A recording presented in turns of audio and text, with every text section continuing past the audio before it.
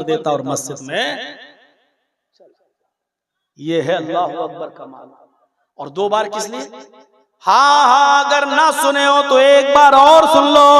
अल्लाहु अकबर, अल्लाहु अकबर, अल्लाह सबसे बड़ा है, अल्लाह से बड़ा कोई नहीं, बस काफी है। अब बार बार तुम्हारे पीछे गंगा नहीं बह रही है कि हम लाठी लेके जाएंगे, आना हो तो आओ। अब दुकान बंद कर दी, ठीक, फैक्ट्री बंद कर दी, ऑफिस छोड़ दिया, मस्जिद में आ गए।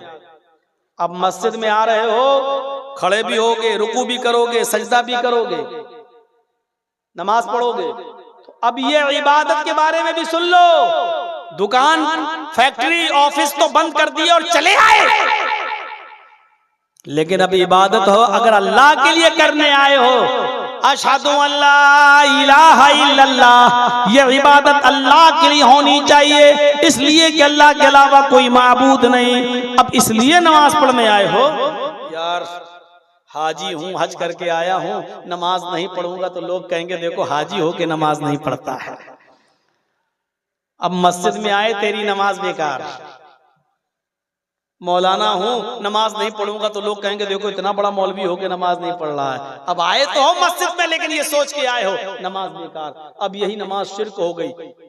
लो मौलाना कितनी चीजें शिर्क हैं। हाँ, क्योंकि अब आप गांव वालों के लिए नमाज पढ़ रहे हो, मोहल्ले वालों के डर से नमाज पढ़ रहे हो। और अल्लाह के रसूल ने फरमाया मन सल्ला युराई फक़द अशरक, जिसने दूसरों को दिखाने के लिए इबादत की, दूसरों को दिखाने के लिए नमाज पढ़ी, उसने शिर्क।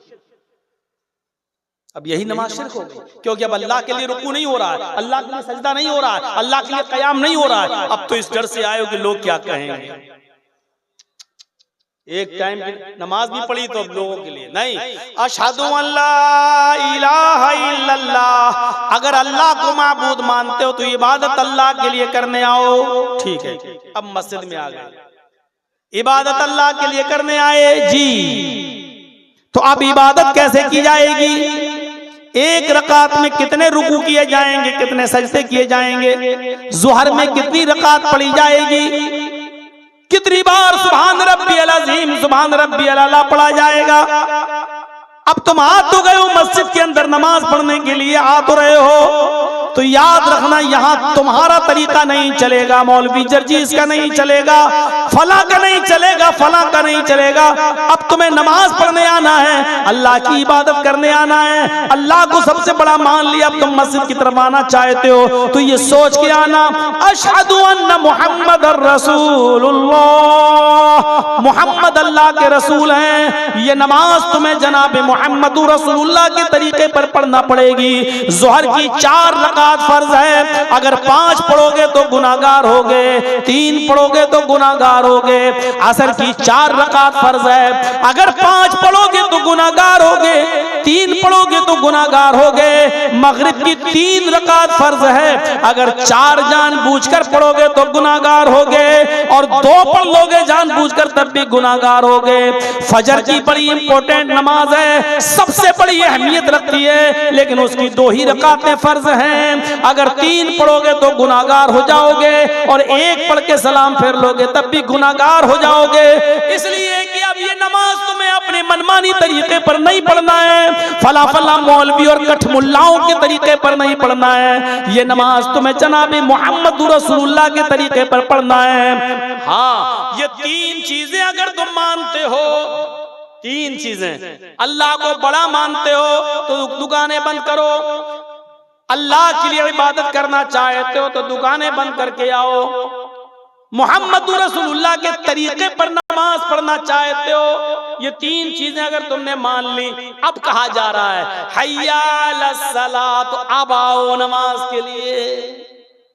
नमाज के लिए 3रे नंबर पे नहीं, 4थे नंबर पे कहा जा रहा है। आप कहेंगे नमाज, अजान नमाज के लिए होती, अगर अजान नमाज के लिए होती तो यही कहा जाता हय्या अलस्सलाह, आओ नमाज के लिए, लेकिन ये नहीं कहा जा रहा है। पहले क्या कहा जा रहा है?